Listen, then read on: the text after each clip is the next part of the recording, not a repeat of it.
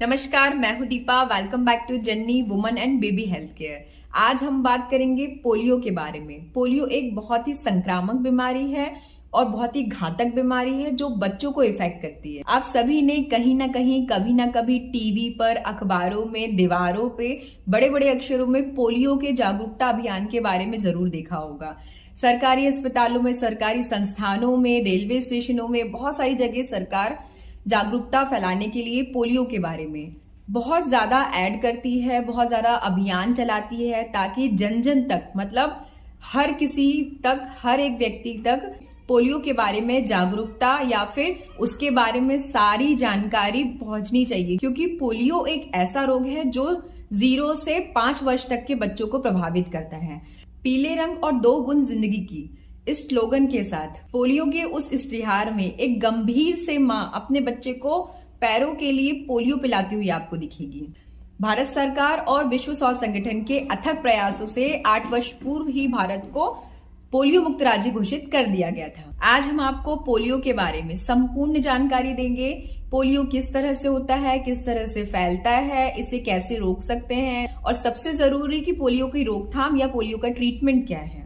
तो सबसे पहले हम बात करेंगे कि पोलियो क्या है। पोलियो एक वायरल बीमारी है जो अपने सबसे गंभीर रूप में तंत्रिका की चोट का कारण बनती है, जिसकी वजह से लकवा या फिर सांस लेने में कठिनाई जैसी समस्याएं हो सकती है। कभी कभी इसकी वजह से मृत्यु भी हो जाती है। पोलियो को पोलियोमाइलाइटिस भी कहा जाता है। ये जनरली 0 से 5 वर्ष तक के बच्चों को प्रभावित करती है।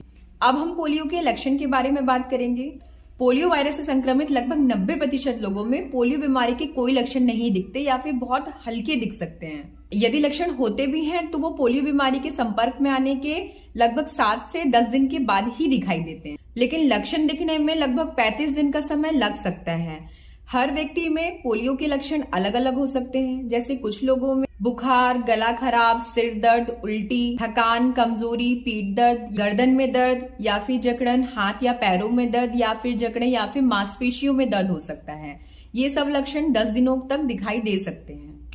अब हम पोलियो के कारण के बारे में बात करेंगे कि पोलियो कैसे हो सकता है।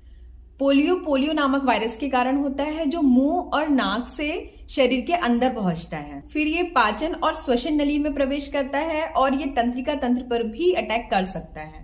तंत्रिका नेटवर्क जो मस्तिष्क को शरीर के बाकी अंगों से संवाद करने में मदद करता है।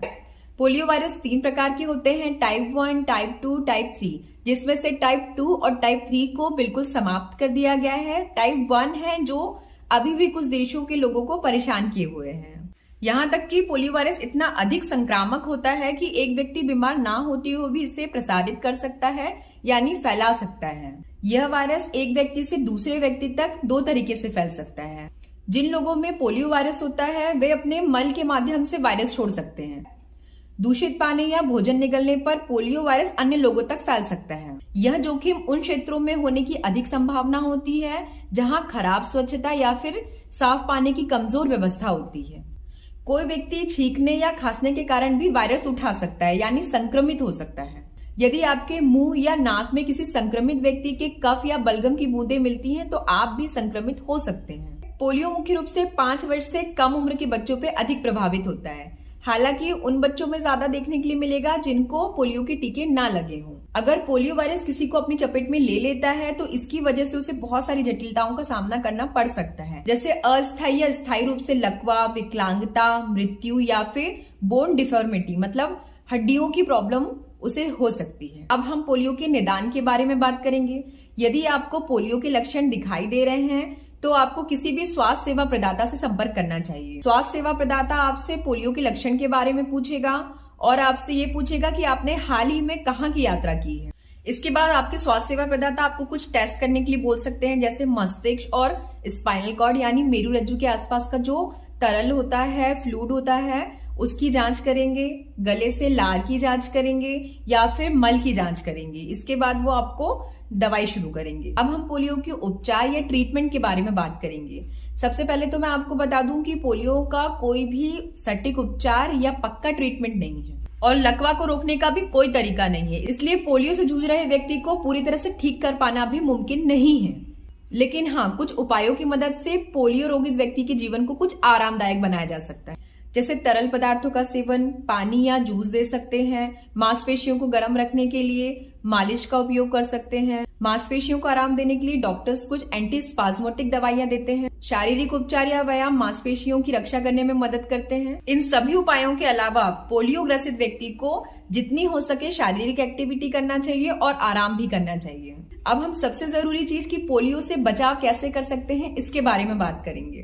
तो हाँ, पोलियो से बचाव बिल्कुल किया जा सकता है और पोलियो के खिलाफ सबसे अच्छी रोकथाम हाथ या पैर में 4 वैक्सीन शॉट्स की एक श्रृंखला है। इसके अलावा भारत में मौखिक रूप से भी पोलियो की खुराक दी जाती है।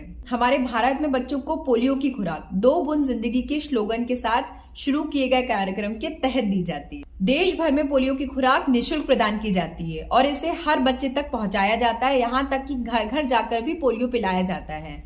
कोई भी बच्चा पोलियो से अछूता नहीं रहना चाहिए। भारत सरकार अनुशंसित टीकाकरण कार्यक्रम बच्चों को उनकी उम्र के अनुसार उपलब्ध कराती है। जब बच्चा होता है उसे जन्म के समय, इसके बाद बच्चे को 2 महीने के बाद, बच्चे को 4 महीने के बाद, फिर बच्चे को 6 महीने के बाद और जब बच्चे को सुरक्षा की दृष्टि से सुरक्षित रखने के लिए। तो आज के लिए बस इतना ही। अगर आपको पोलियो से रिलेटेड कोई भी डाउट हो या फिर पोलियो की वैक्सीन से रिलेटेड कोई भी डाउट हो तो आप मुझे मेरे कमेंट बॉक्स में कमेंट कर सकते हैं। आप मुझे मेल भी कर सकते हैं। मैं पूरी कोशिश करूंगी आपको रिप्लाई करूं।